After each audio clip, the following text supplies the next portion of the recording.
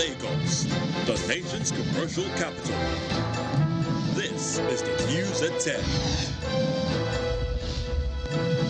Live from Channels Television. Reporting tonight, Kayode Okikiolu.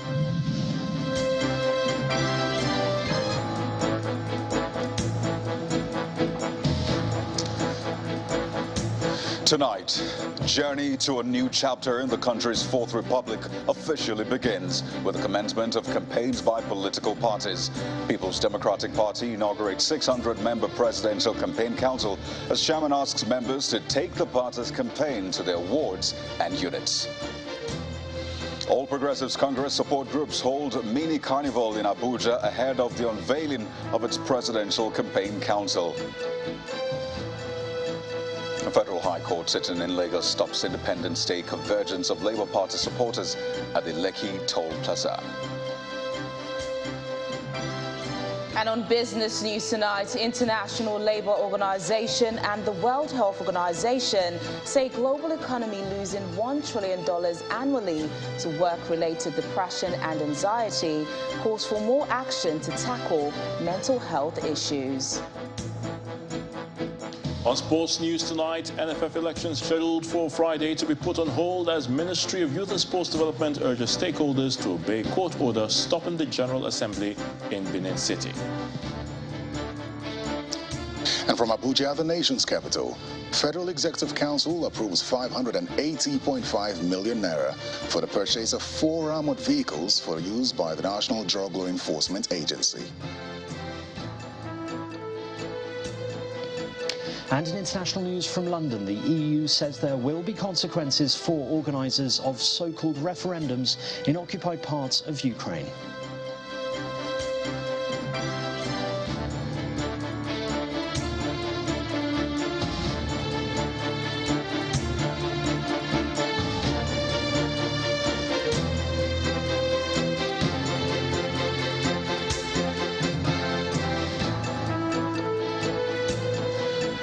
The coast is now clear and politicians are now free to commence campaigns and woo the electorates to support their ambitions. But this follows the lifting of the campaign embargo as contained in the timetable and schedule of activities for the 2023 general election earlier released by the Electoral umpire, INEC.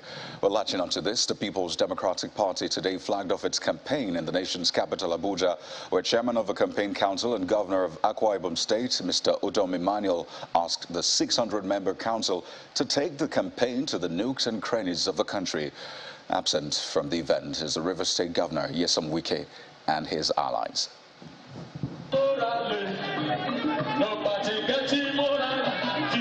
The presidential candidate of the People's Democratic Party arrives the venue of the inauguration of the party's presidential campaign council. The 600-member campaign council comprises serving and former governors, but not all members of the team are present at this ceremony, as the internal crisis within the party led to the withdrawal of some members, including Governor Nyesom Wike of River State and Governor Seyi Makinde of Oyo State. Beyond the wranglings, the party is optimistic that it will emerge victorious in 2023 as it sets a plan to resolve the crisis. The campaign should be based on the achievements so far recorded by our successive governments, while we are making every effort to unify all aggrieved individuals or groups arising from recent primaries. All of us are going to hit the ground running, and we shall work collectively as a family and expeditiously to ensure the victory of our party. The PDP is hinging its campaign messages on the track record of its presidential candidate, hoping that this will resonate with the electorate. We must boldly and courageously go to Nigerians and engage them and ensure that this campaign is taken very seriously from the unit level through to our wards, our constituencies, our local governments, and our across our states. You win election from your unit to your ward to your constituency, not by sitting in Abuja. The President Campaign Council will take the message back to the units.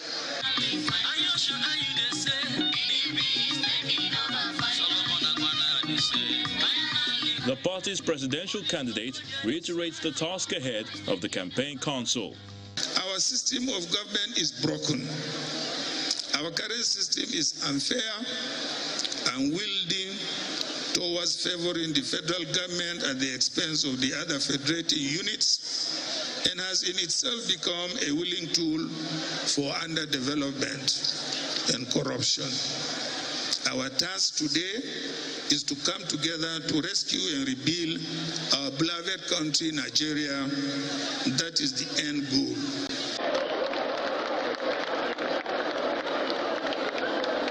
The high point of the event is the unveiling of 3 books, which are memoirs of the former Vice President, Mr. Atiku Abubakar. Now, for the ruling All Progressives Congress APC, the Presidential Campaign Council may not have been inaugurated as earlier scheduled. Yet some youths under the aegis of APC support group held what they call a mini carnival, pledging their support for the presidential candidate of the party, Chief Bola Tinubu. Well, speaking at the event organized by a group known as City Boy Movement, the national coordinator, Mr. Sugar Francis, believes that the Nigerian youths are prepared to cast their votes for the party.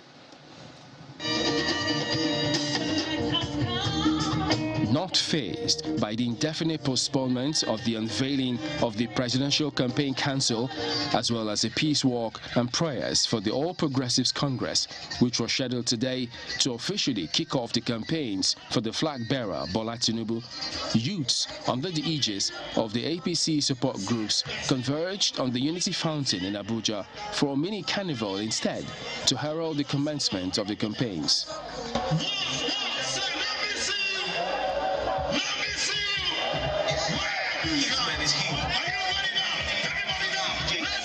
Singing and dancing, more youths take to the dance floor in solidarity with the presidential candidate of the All Progressives Congress. Amidst the singing and dancing, the national coordinator of the City Boy Movement and the deputy national youth leader of the party explains the reason for the carnival. The main reason why we're here today is to tell Nigerians that there is only one alternative to the presidency in 2023. Because there is only one man that has done that magic before. There is only one man that has turned an economy round. If we look at Lagos State, Asiwaju Bola Ahmed Tinubu made Lagos State what it is today. And there is only one man that can change this economy in this 2023. We are here to mobilize and galvanize support for our incoming President of the Federal Republic of Nigeria in person of Asiwaju Bola Ahmed Tinubu. In the same vein, youths from the diaspora and women groups were also on ground to support the City Boy movement. We are here for Bola Ahmed Asiwaju, and by the special grace of Almighty Allah, we have been talking, we have been doing programs for Asiwaju. We will make sure, we will work tirelessly. We will be there until Asiwaju wins election time. Nigeria women believe in Asiwaju. Nigeria women know that with Asiwaju presidency, all our suffering will end. Undaunted by the turn of events, the youths danced away in optimism that the presidency of Senator Bola Tinubu will usher in good tidings for youths and all Nigerians in general.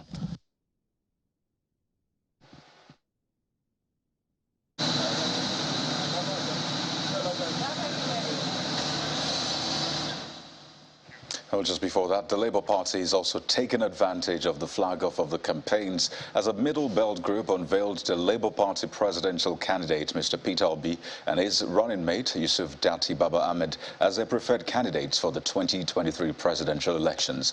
The event held at the Rangpam Township Stadium in Jos Plateau State today and was presided over by the president of the Middle Belt Forum and convener of Middle Belt for B Datti 2023, Dr. Pogu Bitrus. The Labour Party presidential candidate, Mr. Peter Obi, while addressing the crowd, asked Nigerians to hold his team responsible if they fail to make Nigeria better after 2023.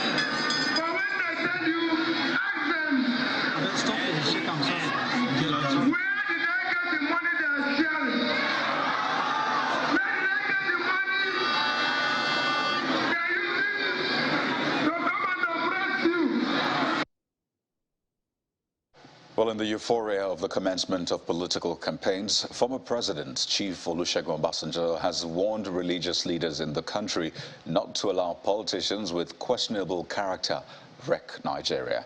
The former president, who hosted the new president of the Christian Association of Nigeria, His Eminence Most Reverend Daniel Oko, at his presidential library residence in Abeokuta, the Ogun State capital, requested religious leaders to hold politicians accountable. In a statement released by his aide afterwards, the former president is quoted as saying, "I think it's the mistake of the past, particularly in the Christendom, that we say politics is not for the righteous.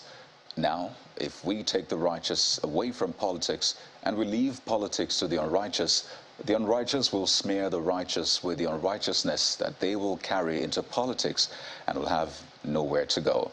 He adds that all hands must be on deck to ensure that the forthcoming election will make the country rather than break it.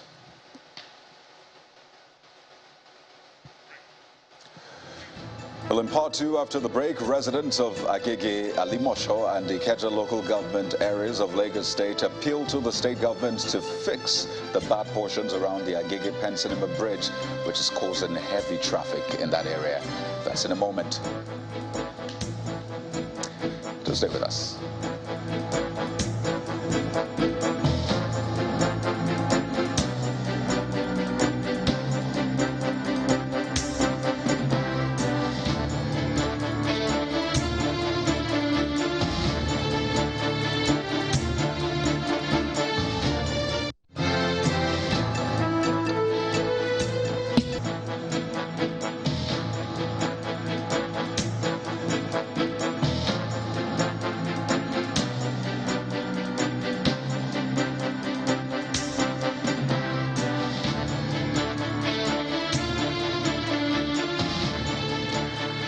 You're welcome back. If you've just joined us, you're watching the news at 10, live on Channels Television Lagos. A reminder of our top stories. People's Democratic Party inaugurates 600-member presidential campaign council. Chairman asks members to take the party's campaign to their wards and units. Governor Wike and his allies missing in the inauguration. APC support groups holds mini carnival in Abuja ahead of the unveiling of its presidential campaign council. A federal high court sitting in Lagos stops Independence Day convergence of Labour Party supporters at the Lekki Toll Plaza. And Hurricane Ian, a powerful Category 4 storm, brings severe flooding, high winds and storm surges as it makes its landfall on the Florida coast. Now back to the political campaigns. As the campaigns kick off across the country today, one of the desires of most Nigerians is for politicians to restrict themselves to issue-based campaigns. And Nigerians will also want the leaders that will emerge from this process to be accountable to the people and respond swiftly to their needs. In our next report, we take a look at the issues that the various candidates and political parties will be addressing in the coming days.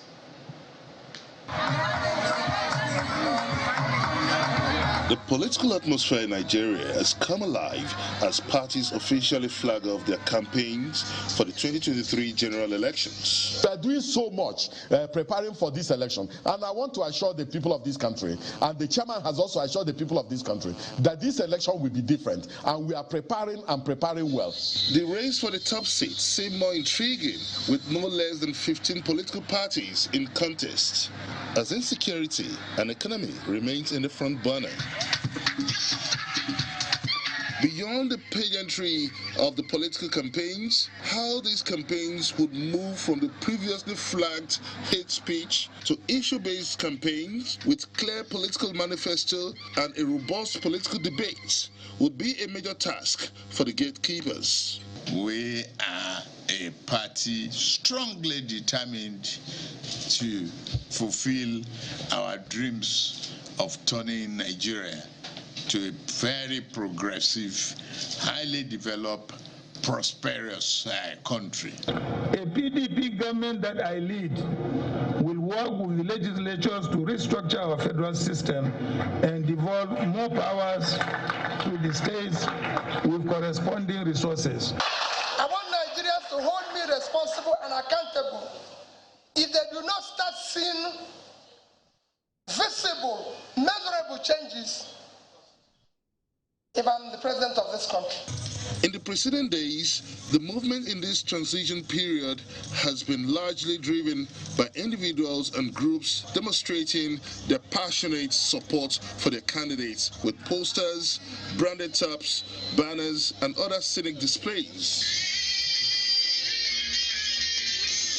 With the umpire officially blowing the whistle for the campaign flag-off, some of the parties have already swung the political stage, drumming up support for their candidates, while some are still putting their house in order to fine-tune their campaign strategy. But the umpire would have to keep a close watch on the rules of engagement, especially the campaign spending limit of these parties. The pre-election poll has also triggered varied reactions amongst the parties, indicating a major upset in the political ranking. But usually our polls, when it comes to pre-elections, have been really on the mark. I can cite a couple of examples, but yes, we have been on the mark most of the time.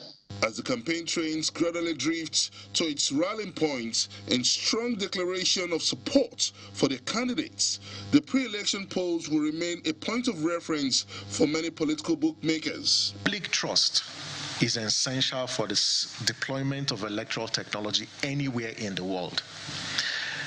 Because the whole concept of electoral trust is not blind trust.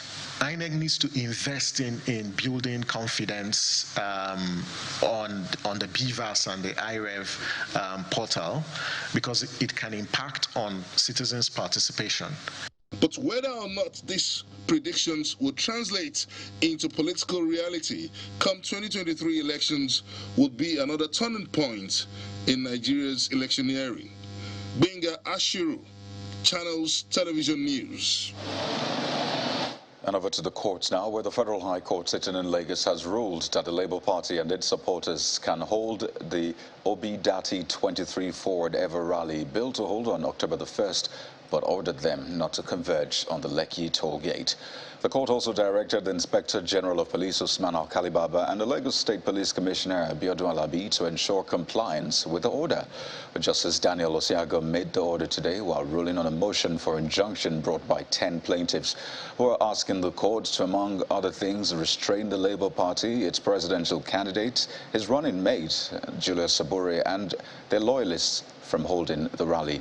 Our judiciary correspondent, Shola Shirley, has a report. In the suits they filed before the court, the plaintiffs, 10 legal practitioners, are seeking an order of interim injunction restraining the Labour Party, its presidential candidate, Mr. Peter Obi, his running mate, Yusuf Dati Baba Ahmed, a fourth defendant, the national chairman of the party, Julius Abure, their associates and loyalists from conducting the scheduled Obi Dati 23 Forward Ever rally on the 1st of October or any other subsequent date at the Lekki toll gate.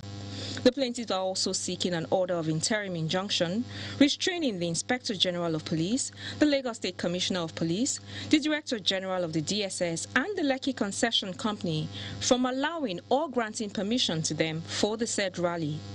In papers put before the court, they argued that the Obi Dati rally is predicated on the NSAS rally of 2020 and that failure to restrain the Labour Party and its supporters would amount to another display of great destruction to lives and property. For them, a repeat of the protest under the guise of Obi Dati rally will also result in a post-traumatic stress disorder for them and many other members of the public. The proceedings on Wednesday, counsel to Peter Obi asked the court to allow him move his application challenging the jurisdiction of the court to hear the injunction. The counsel to the plaintiffs, Romeo Michael, was however quick to object. He noted that the business of the day was to hear his application, which was ripe for hearing. The court agreed with him, especially as some other parties in the suit had not been served with a preliminary objection challenging the court's jurisdiction. In his ruling on the interlocutory injunction, Justice Daniel Osiago did not stop the planned rally. He, however, ordered that the Labour Party and its supporters cannot gather at the Lekki toll gate. The police was also ordered to ensure compliance with this order. At the end of the day, parties agreed that the respondents, P2B and supporters, should only pass through the Lekki toll gate and come to Falamo Bridge, but they should not converge at Lekki toll gate. So that was an impressive order. It's fair for everyone in this country, Nigeria. In fact, for your information, on the 1st of October, the same rally will be taking place in the United Kingdom, in America, and all parts of the country. So it has nothing to do with the NSAS. These are the handwork of the political opponents of the Labour Party. The court has adjourned the hearing of the substantive suit to November 4th. Shola Shoyeli, Channels Television News. Well, also today, a federal high court in Damaturu, the Yobe state capital, declared Bashir Machina as a rightful candidate for Yobe North senatorial district under the All Progressives Congress. The presiding judge, Justice Fatimatu Murtala, held that the purported primary elections set to have held on June the 9th and won by the president of the Senate, Ahmed Lawan, was invalid. Justice Murtala also ordered the party and INEC to recognize Machina as the authentic candidate and winner of the primary election. Machina had filed a suit challenging the presentation of Senator Lawan as a party's Yobe North senatorial candidate by the APC. He accused Senator Lawan of not participating in the primary election held on May the 28th, 2022, as stipulated by the party. But his details were uploaded to the INEC candidates nomination portal by the party's National Working Committee. And in Lagos, Nigeria's commercial capital, residents of some local government areas, Agege, Alimosho and Ikeja, are appealing to the state government to come to their rescue and fix the bad portions of the Agege Pen Cinema Bridge, which is causing heavy traffic, often made worse by flooding. And in response to these complaints, the Lagos state government embarked on an inspection of the road with an assurance that it will tackle the traffic situation as soon as possible.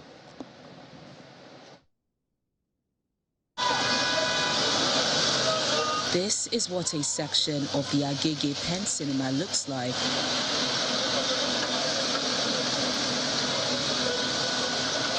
The road has been taken over by floodwaters owing to poor drainage channels, which has resulted to daily traffic build-up for motorists. Commuters driving to Capitol Road in Agege local government area and Iyanokpaja in Alimosho local government area, as well as those heading towards Ikeja Oba. Even school children wade through the waters as they try to make their way home from school.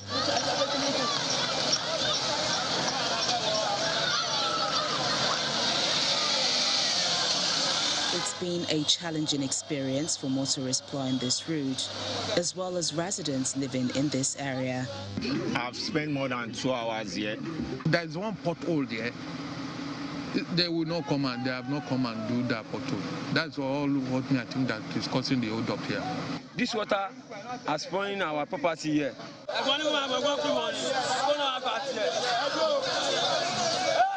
The situation within the axis prompted the Speaker of the State House of Assembly, officials of the Ministry of Works, Office of Drainage Services, and other concerned parties to see things for themselves.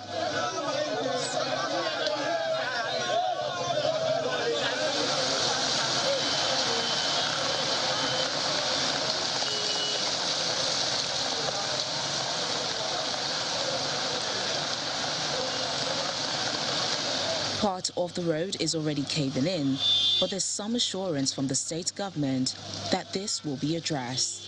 It's our duty to make sure we make life more comfortable for our people, and that is why we are here and we are going to do that. So we have identified the problems here and we are going to bring the solution. We are going to provide solution. The exercise will take definitely 1 week or 2. You know? So we are assuring our people we will do the needful. It's a drainage capacity outfall issue, but it's also about the habits of our people. If you look to your right, you will see blocked drainages with tires. flyers. You will see also normal drainage channels that are supposed to be for water for runoff. You see them clogged along the line. So we also need to change our ways. We need to begin to live better and stop using the drainage channels as refuse disposal means. As the state government promises to fix the drainage problem in the next 2 weeks, motorists are also looking forward to an easier commuting even when it rains. Still ahead on the news at 10, International Labour Organization and the WHO say global economy is losing $1 trillion annually to work-related depression and anxiety. That's on Business News. Stay with us.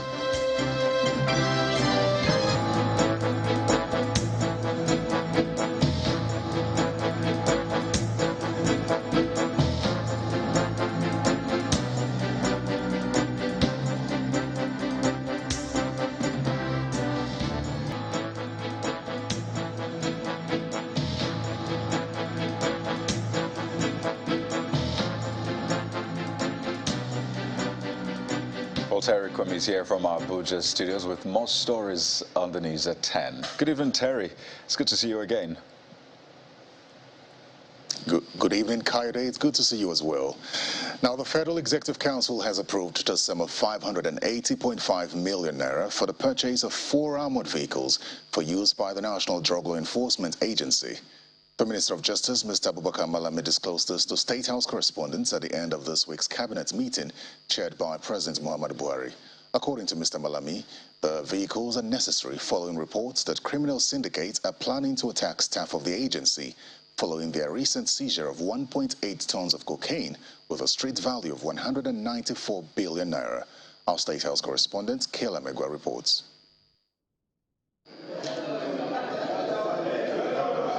The hybrid Federal Executive Council meeting, which started at about 9 o'clock, had in attendance the Vice President, Professor Yemi Osinbajo, Secretary to the Government of the Federation, Mr. Boss Mustafa, and the Head of the Civil Service of the Federation, Dr. Folashade Yemi Eson, among other top government officials. The President presides over the meeting, which started with a minute of silence in honor of the former Minister of National Planning, Mr. Ayodele Ogunlade, who died recently at the age of 88.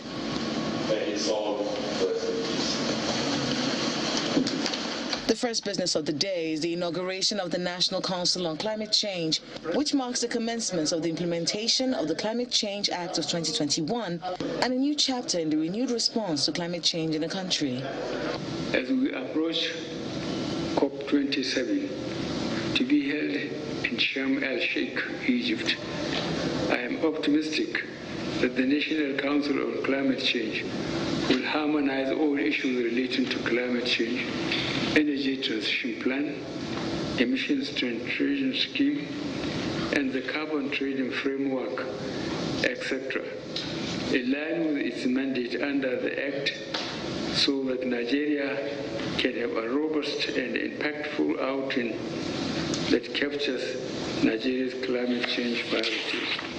2 hours later, the meeting ends with an approval for the purchase of armored vehicles for the National Drug Law Enforcement Agency. With all these successes being recorded, it is only logical that the criminals and criminal syndicate are now devising means inclusive of an attack on the personnel of the NDLEA. So it is with that in mind that a memo is presented seeking approval of the Council for the procurement of armored vehicle for the agency. Contract for the procurement of 14-seater model was approved. The delivery period for the 18-seater for the NDLEA is 16 weeks from today, and the company that has been granted the contract is DevCom Integrated Services Limited. The Federal Executive Council also gave approval for the commencement of the second phase of the National Sugar Master Plan.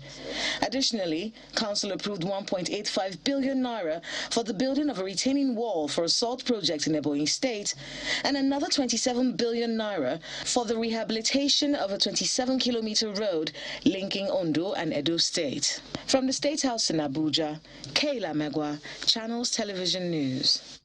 One person has been arrested in connection with the attack on Igono police station in Oyo State, which led to the death of a divisional crime officer and one other person on Tuesday. A statement from the Oyo State Police Command on the attack says hoodlums attacked a police team attached to Igono Divisional Police Headquarters while on duty along Elejoka Road in Iwajowa local government area. The statement added that the officers were attacked unprovoked by the assailants, thus leading to the death of the DCO and a civilian in custody in the process of repelling the hoodlums from invading the Divisional Police Headquarters. The divisional police officer and the police inspector also sustained several lacerations from machete cuts during the attack and are currently being stabilized at a government medical hospital.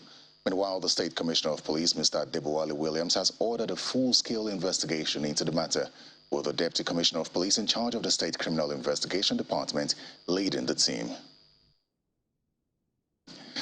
Anambra State Governor Professor Chukwuma Soludo has strongly condemned the killing of 5 soldiers who were ambushed on a routine patrol at Umunze by a yet-to-be-unidentified gunmen in Orumba South local government area of Anambra State.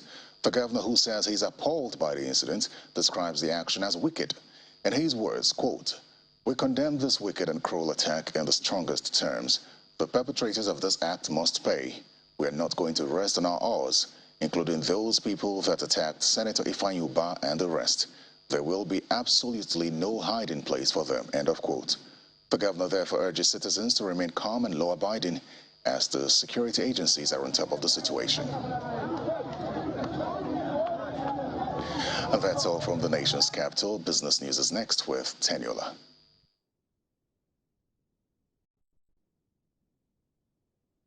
Banking so easy, so simple. Dial star 894 hash now to experience it. You first, First Bank.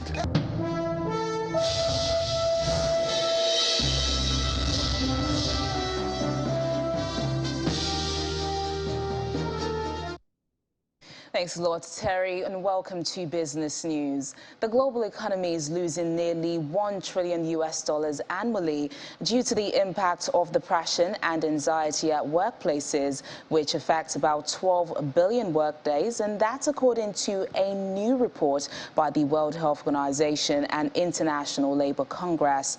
In a joint policy brief released today, the 2 UN agencies mentioned that governments around the world spent an average of just 2% of health budgets on mental health, with lower middle-income countries investing less than 1% in 2020.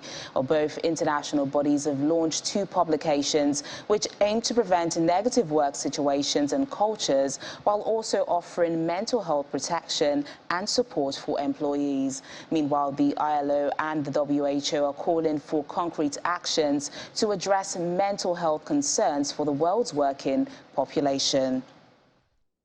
And from there, we head to the domestic stock market, which makes a mild comeback following investors' interest for the shares of Boa Cement and 6 other gainers. Ini John Mekwa has details of today's trading activities.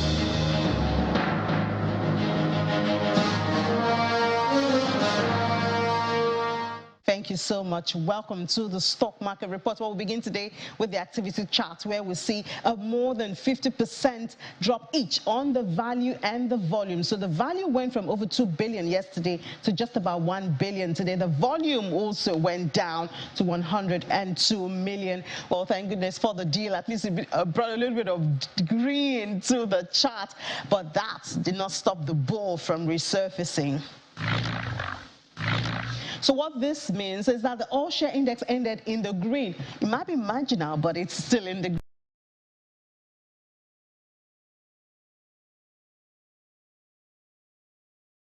Is at 26.53 trillion naira. Now, let's look at the counters. The banking counter took a very deep fall today because it was down more than 1%. Well, we shouldn't be surprised because the giants there, like GT Co, which lost 75 kobo, Zenith Bank, which lost 30 kobo, and Access Co, which lost 25 kobo. So that's why the banking counter is down more than 1%. But industrial goods is on the flip side. It's gained more than 1%. In its case, there you have it. And it's because Boa Cement, another giant, gained 1 naira 65 kobo to close at 52 naira at the end of trading today. A second win for the week, but it seems too weak to celebrate. So what we will do is to keep our fingers crossed and keep our eyes open and report this market to you in subsequent trading days. That's a stock market report. I'm Ini John Mekwa. It's back to you.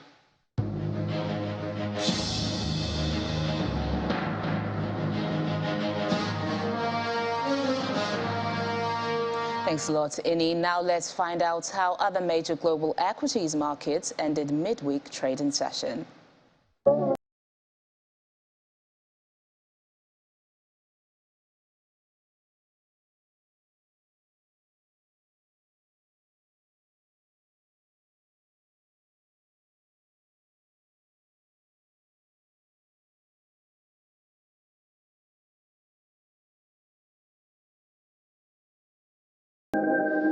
And that's Business News Tonight. I'm Teniola Uitayo. It's back to Kayode for the rest of the news at 10.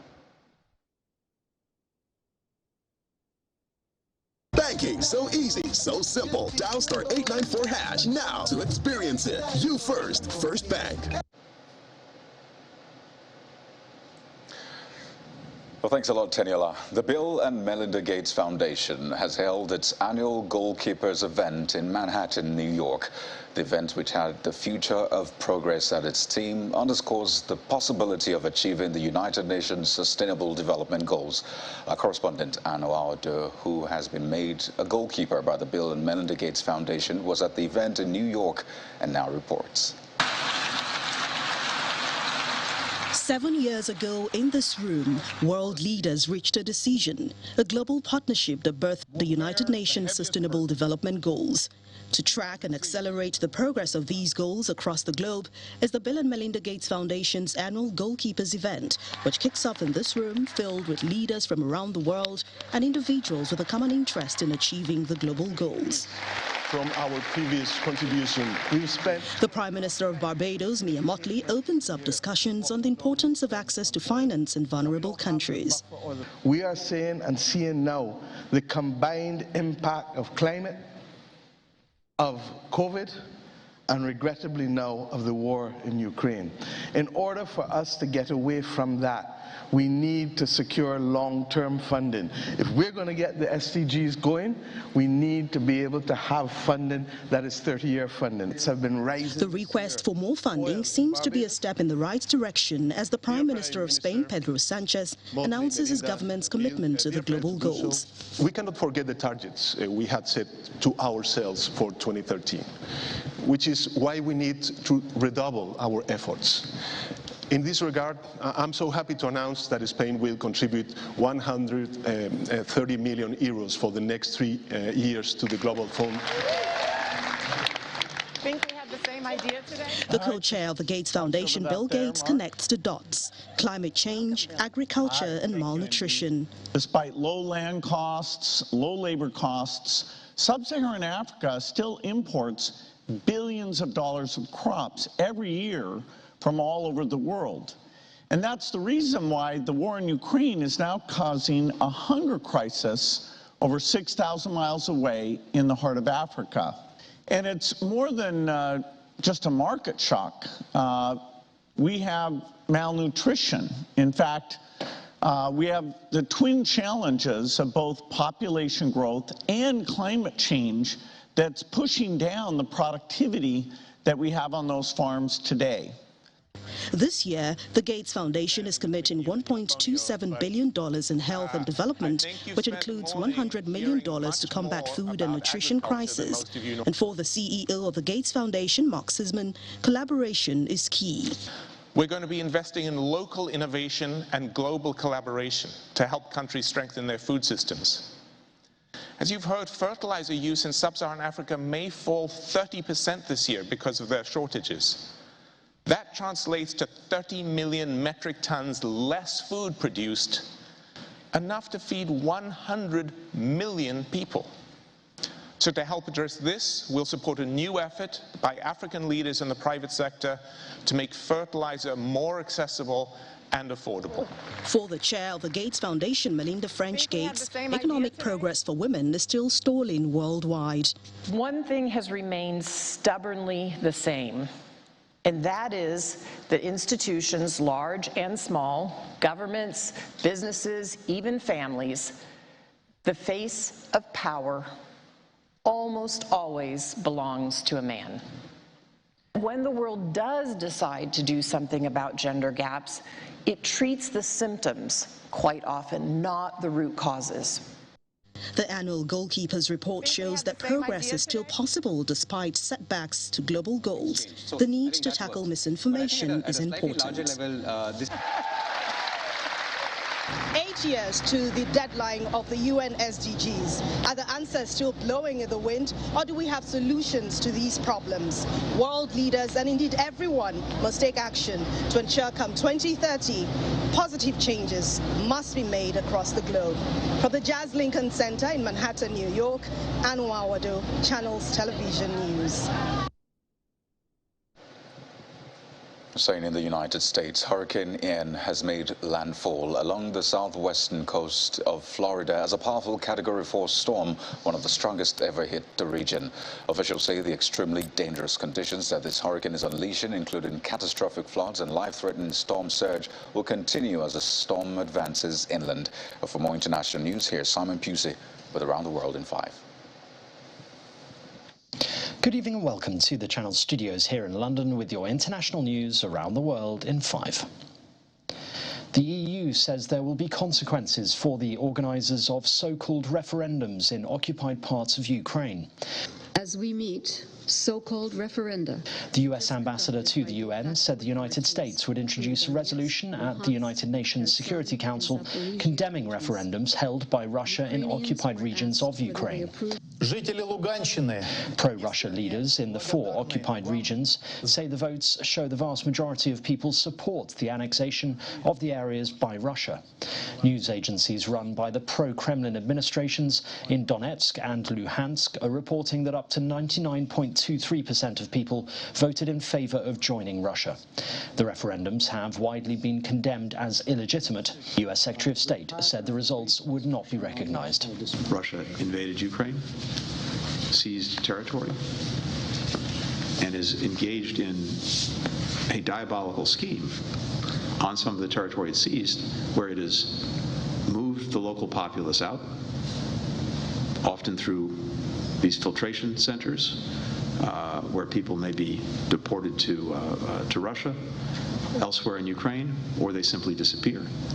Then they bus Russians in, they install puppet governments, and then they engage in the referendum.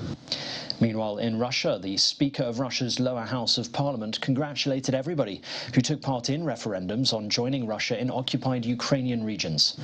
Vyacheslav Volodin called the referendums in Donetsk, Luhansk, Zaporizhia and Kherson successful and added that the outcome of the referendums would, in his words, save millions of people from genocide. The Bank of England has announced it will step in to calm markets after the government's tax-cutting plans caused the pound to slide even further. The bank said it would buy government bonds on a temporary basis to help restore orderly market conditions. It comes as financial leaders react to the International Monetary Fund's criticism of the UK's tax cut plan. In its unusually blunt statement, the IMF says the £45 billion proposal is risky and will likely increase inequality. After the news, the pound tumbled to $1.05, down 1.6% against the dollar. The leader of the opposition said the intervention by the IMF was significant. I think the IMF statement is very serious. It comes on the back of statements made by the Bank of England earlier this week. And I know how worried people will be, particularly those with mortgages, looking at their new mortgage rates. People who thought they had mortgage deals last week don't have mortgage deals this week. And finally, Chinese archaeologists have uncovered a 1-million-year-old fossilized skull belonging to the Homo erectus species, said to be one of the most complete skull fossils of its kind ever found in Eurasia. The newly discovered skull fossil was unearthed near Xi'an City in central China's Hubei province, where 2 2 Homo erectus skull fossils had been excavated previously at the location in 1989 and 1990. The previous 2 fossils were dated at being around 800,000 to 1 million years old, with academic circles dubbing the discovery as the Yunxian Man. The new skull fossil was sitting just 0.62 meters below the surface of the Earth. It has become the most complete Homo erectus skull fossil discovered so far in the Eurasian inland. And that's your international news around the world in 5. Now back to the Channel studios in Lagos.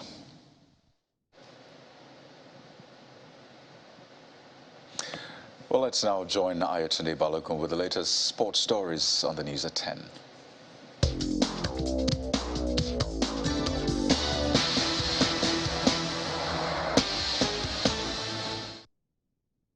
Many thanks, Kaide. Welcome to Sports News. And we started from the home front, where the federal government has called on stakeholders ahead of the September the 30th NFF elections in Benin City to abide by the court order by not doing anything or taking any further steps, particularly as regards the conduct of the elections. The Permanent Secretary, Federal Ministry of Youth and Sports Development, Ismaila Abubakar, says the ministry is aware of the court order made by Justice Ekwo of the Federal High Court in Abuja on September the 15th. The court had directed all parties, including NFF and the Honorable Minister of Youth and Sports Development, to maintain status quo ante pending the final order of the court. Mr. Ismaila says that the ministry is studying all processes served on it concerning this case and will take appropriate steps or action to defend itself within the context permitted by the law. Chelsea Champions League winner Ramirez has announced his retirement from international football. Well, the 35-year-old has called time on his 14-year playing career, where he played for Chelsea FC, Benfica, Palmeiras, Jiangsu Suning, Cruzeiro and Joinville. He announced his retirement this afternoon on his official Instagram page after he had been without a club since the end of November 2020, when he left Palmeiras by mutual consent. Ramirez joined the Blues, Chelsea, in 2010 for £19 million and won the Premier League, an FA Cup, the Europa League, the League Cup and the club's maiden Champions League in 2012. And finally, Mo Farah has been forced to withdraw from Sunday's London Marathon due to a hip injury, with this latest setback raising doubts over the 39-year-old's future in competitive racing. Well, the 4-time Olympic gold medalist was due to run the race for the first time since 2019 after making a return to the track in a failed attempt to compete at last year's Olympics in Tokyo. Farah did return to form on the road by winning the Big Half, a London Half Marathon, earlier this month. And that's a wrap in Sports News. I'm Ayotunde Balogun. Back to you, Kaidi.